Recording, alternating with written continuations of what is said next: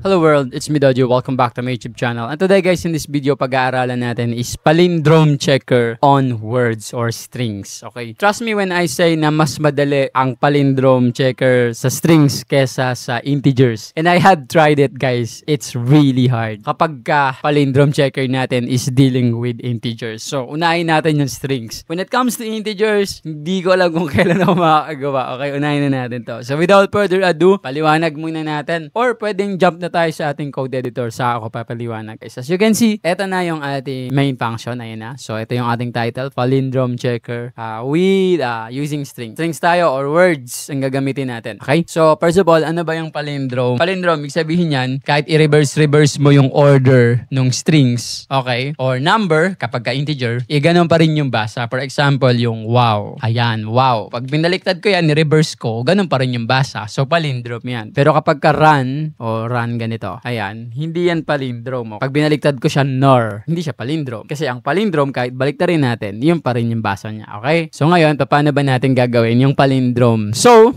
makita ninyo guys, meron tayong hashtag include dito. So, dadagdagan ko lang yan. Hashtag include. Since we're dealing about strings, kunin natin. Tawagin natin yung string library. Ayan. Okay? And then, yan lang naman yung idadagdag ko. Jump na tayo sa loob ng ating main function. So, as you can see dito guys, meron tayong dalawang variable na involved. So, puro string to. Una, yung string text. Ayan. Kaya ako tinawag yung string na library. Meron tayong text na hihingi natin kay user. Tapos, meron tayo another string variable na reverse. Reverse text. Walang ganyan. Walang underscore yan. Reverse text. Tapos, end of the statement. So, dalawa. Isang text, tapos i-reverse natin. Bakit natin i-reverse? Kasi dyan natin malalaman kung palindrome ba siya. Okay. And then, jump na tayo ngayon. Okay. Ano una natin gagawin? Na-declare na natin yung dalawang variable. So, may user input tayo kung ano yung text na hihingi natin. So, character out tayo. Display natin dito. Enter a word.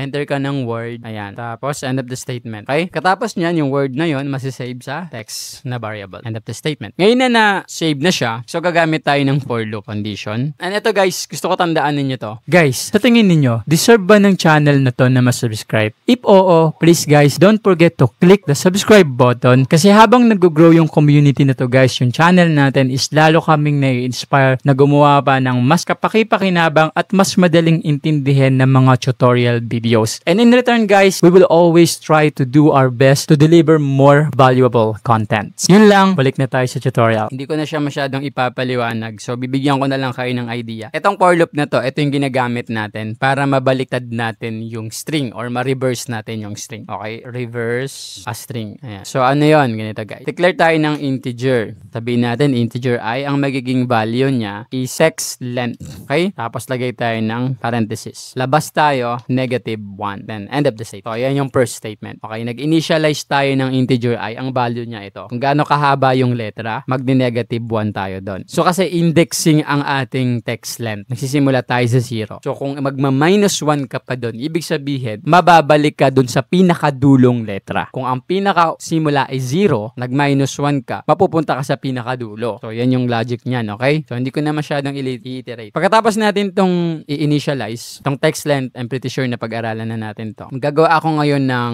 condition na maglo-loop siya. So, maglo-loop siya na dapat yung loop na yon lahat ng letra maikutan niya. Okay? So, kailangan niya kasing isulat ulit in reverse yung word. Okay? So, kailangan niya ma-loop lahat ng letra. So, paano tayo gagawa nun? So, maglalagay tayo yung integer I natin. Hanggat siya ay greater or equal sa 0, ayan, is maglo-loop siya. Now, every time na maglo-loop siya, magdi-decrement tayo. Pagma-1. Nakuha ninyo. Sabihin, kung ang word natin is wow, 3 letra, habang naglo-loop yon, pabawas ng pabawas hanggang sa mag-false na yung condition natin. Hindi na siya greater than 0.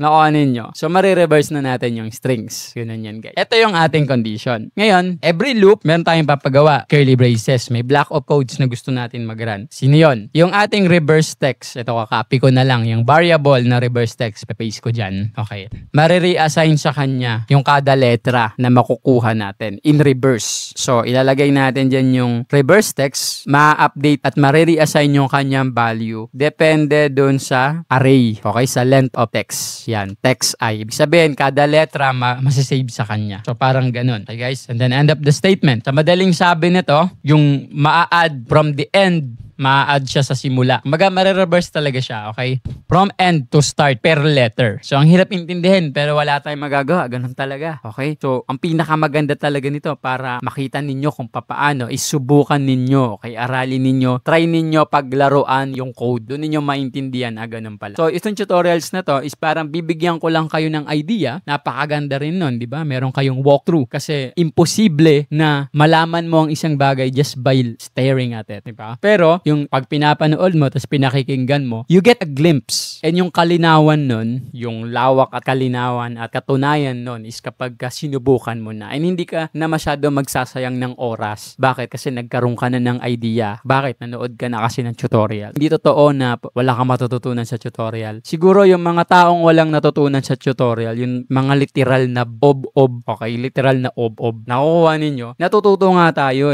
sa pagbabasa lang Lang ha. Bakit ko nila lang? Kasi sariling sikap yon. How much more kung may illustration, may nagsasalita, may nagpapaliwanag. Hindi ba mas mabigat yung gravity na matuto ka kung may nagsasalita at nagpapaliwanag? So, ob-ob ka na lang nun kapag kaganon ka. Yun lang yun. Again, so itong for loop na to, ito yung gagamitin natin para ma-reverse natin yung strings. Okay? And then, ma-reassign natin siya backwards. Okay guys? Pagkatapos ng loop na yan, lalabas na tayo. Wala naman tayong ibang gagawin dyan kundi i-reverse lang natin yung string.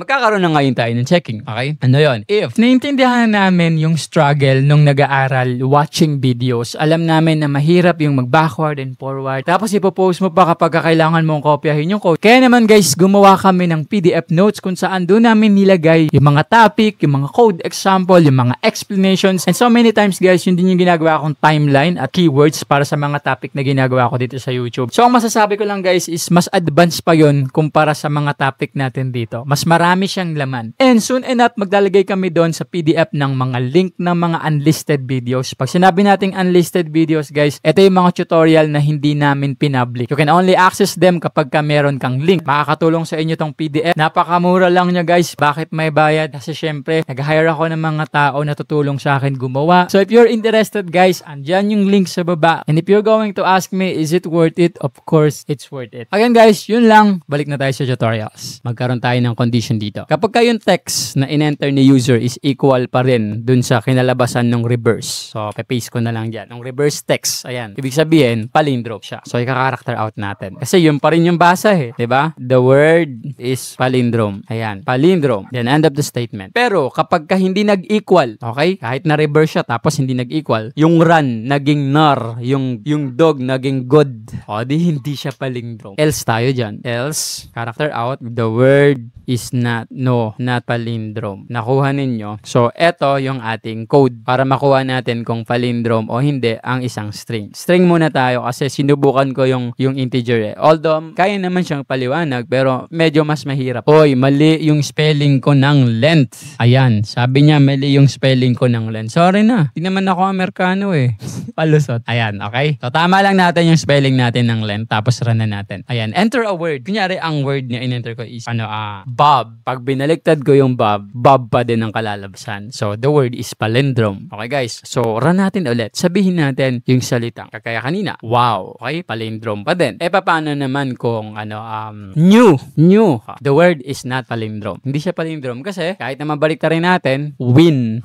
Hindi rin. So, run natin ulit. Paano naman kapag ang nilagay ko dito is sosyo. The word is not palindrome. Bakit? Pag binaliktad natin, oxox naman yung mangyayari. So, hindi din, diba? So, pag palindrome kasi kahit i-reverse mo, ganun pa rin yung basa. Okay? So, ito yung simpleng code to determine kung palindrome ba ang isang string or not. So, ito lang talaga yung mahirap ipaliwanag, pero tandaan nyo na lang, guys. Okay? Paano natin i-reverse yung string? Mas mahirap yan sa integer. Trust me. Okay? So, that's it. Sana may natutunan kayo, guys. And if you do, please don't forget to subscribe, like the video, and comment down below kung ano yung mga topic na gusto niyo pag-aralan natin on our next tutorials. Okay? Thank you so much and see you on our next video.